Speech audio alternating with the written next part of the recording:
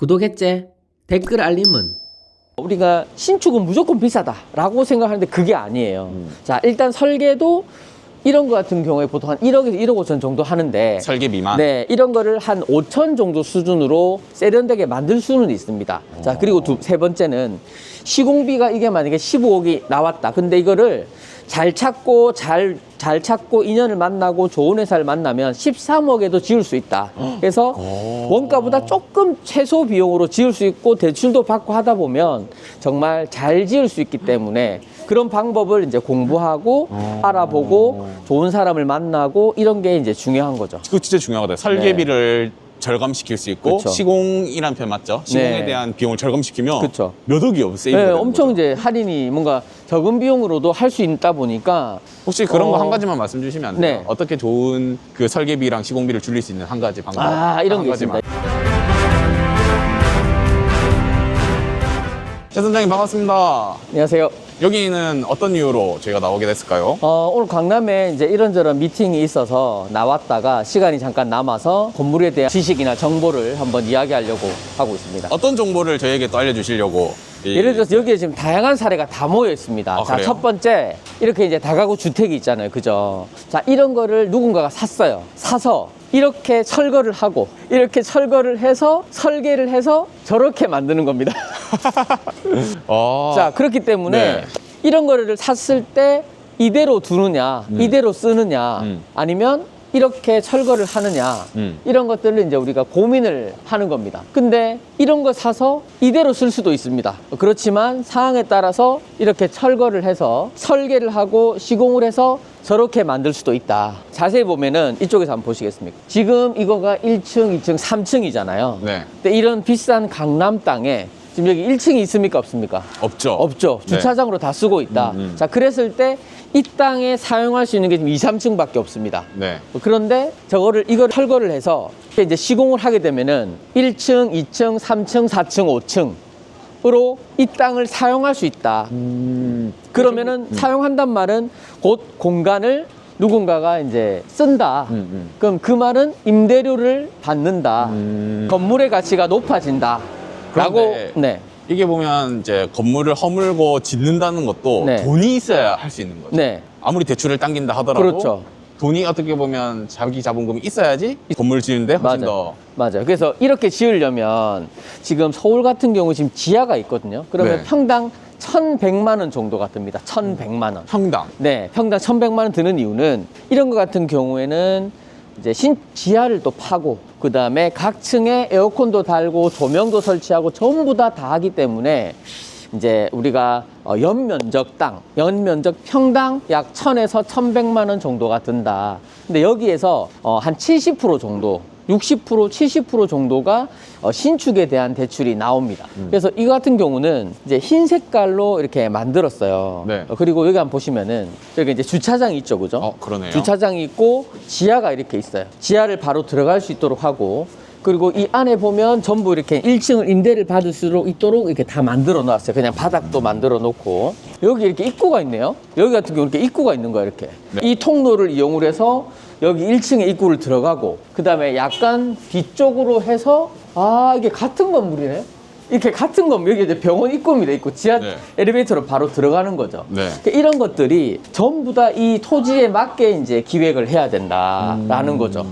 지금 여기 이제 병원으로 바로 들어가는 거예요. 이제 네. 2층으로 3층으로 있는데 여기 보면? 이 건물은 지금 5층 건물이거든요. 네. 그래서 이제 성형외과가 이렇게 있네요. 그죠? 네. 2층, 3층, 4층, 5층에 이제 성형외과가 이렇게. 1층은 지금 임대를 놓고 있고 2층부터 5층까지는 이제 성형외과와 다른 용도를 쓰고 4층까지. 있다. 임대가 다 나간 거죠. 1층은 지금 임대를 받고 있고. 그래서 이렇게 이제 신축을 하게 되면 사람들이 여기에서 사업을 할 수 있도록 임대료를 받는다. 그래서 아까 저렇게 생긴 건물을 이제 이렇게 철거를 해서 이제 이렇게 신축을 짓는 거죠. 아니 근데 여기 건물은 네. 4층, 5층이 면적이 좀 작은 것 같아요.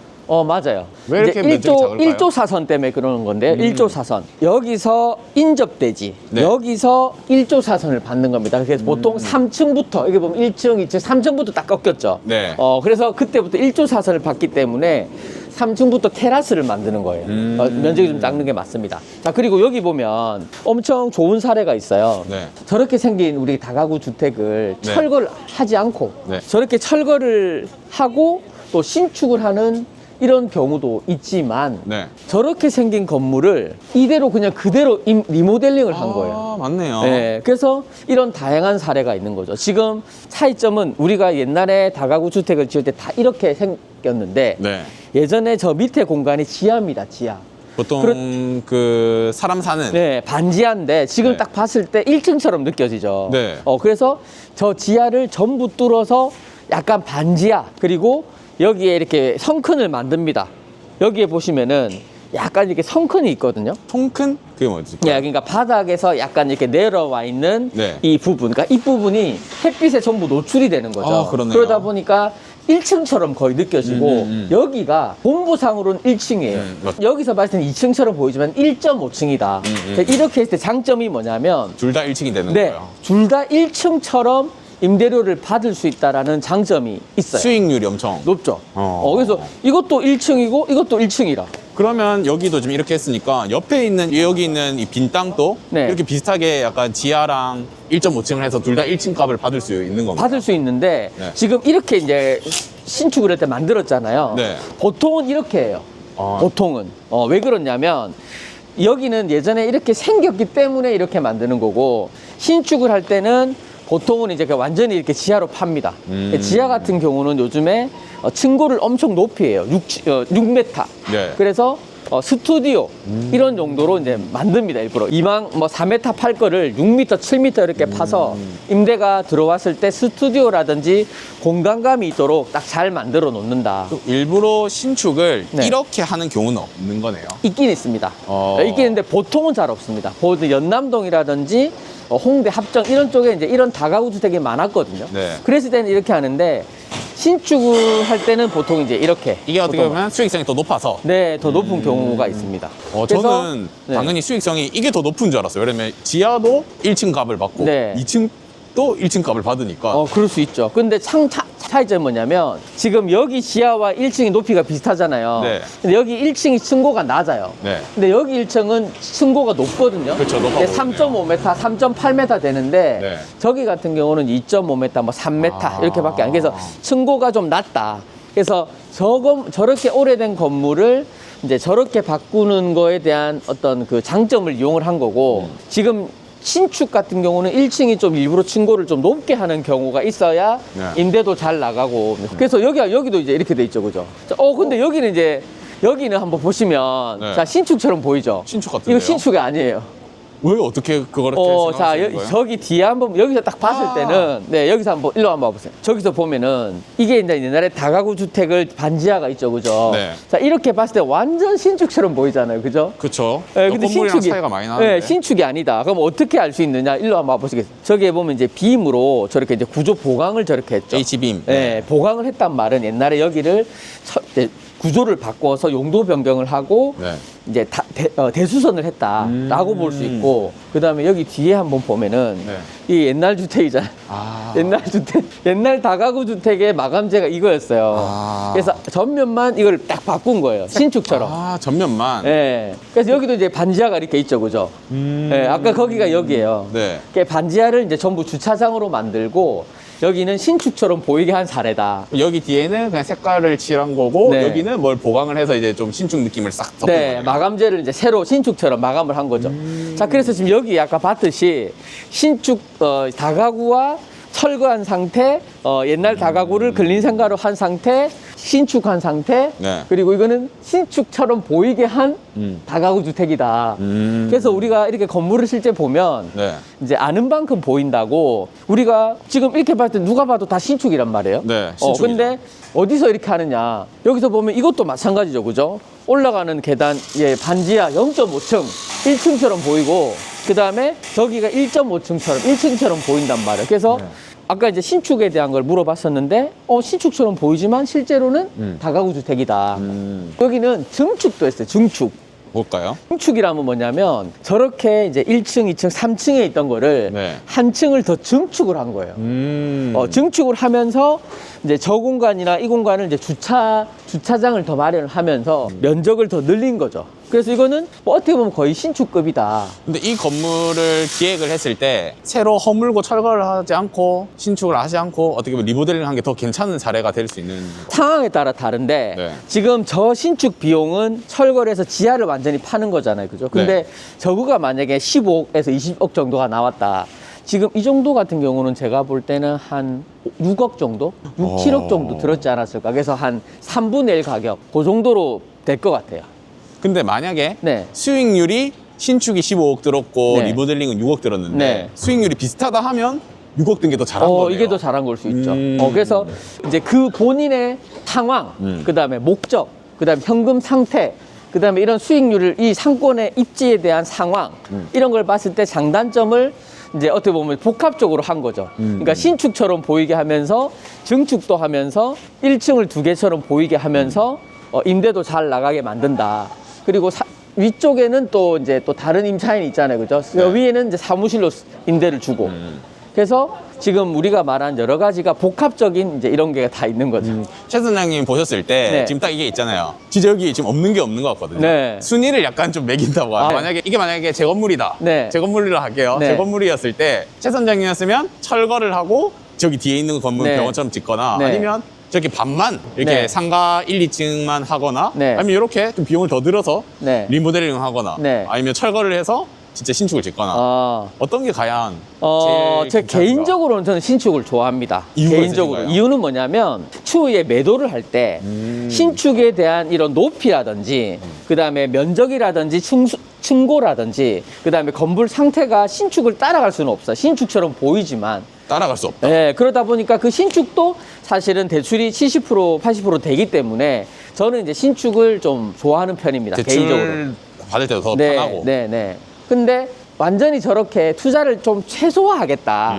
는 것도 괜찮아요. 그러니까 나는 개인적으로 신축이 1번. 이제 저렇게 그냥 3, 4층은, 2, 3층은 그대로 두고 저기 이제 지하와 반지하와 1층을 2개만 임대를 줬다. 이 말은 뭐냐면 여기 상권은 3, 4층까지 임대가 잘 나가는 상권은 아니에요. 좋은 근데 표현이네요. 지금 이렇게 리모델링을 했기 때문에 3, 4층 임대가 나갔잖아요. 네. 근데 저렇게 투자를 좀 작게 하고 내가 그냥 딱 1, 2층만 임대를 받고 그냥 가지고 가겠다. 최소로 하겠다. 그래서 이게 사람마다 목적이나 성향이나 상황 따라 다르다. 그래서 신축을 하면 솔직히 대출을 잘 일어나서 매도할 때 편하고. 네. 근데 아니면 차라리 비용을 제일 적게 들여서 이렇게 임대만 맞춰서. 네, 1, 또 2층만 그냥 임대를 두는 거죠. 3층, 4층은 이제 주거로서 보증금과 임대료를 받을 수는 있습니다. 단 이해했습니다. 이제 내 목적은 저거를 팔 때는 좀 최소로 내가 투자를 했으니 이제 에쿼티가 좀 그러니까 이 돈에 토지 플러스 리모델링 플러스 된 비용이 별로 안 들어가다 보니까 팔 때도 볼륨이 좀 작아도 팔릴 수 있는데 신축은 이제 신축에 대한 비용이 뭐 16억, 17억 좀 더 많이 들어가는데 저는 그래도 이제 상황에 따라서 다르지만 저는 그래도 신축을 좀 좋아하는 편이다. 그래서 자기 자본금만 받쳐준다면 네. 신축이 나은 선택일 수 있다. 네, 근데 이제 이해했습니다. 신축도 이제 잘 받으면 80%까지 받을 수 있고 첫 네. 번째, 두 번째 우리가 신축은 무조건 비싸다라고 생각하는데 그게 아니에요.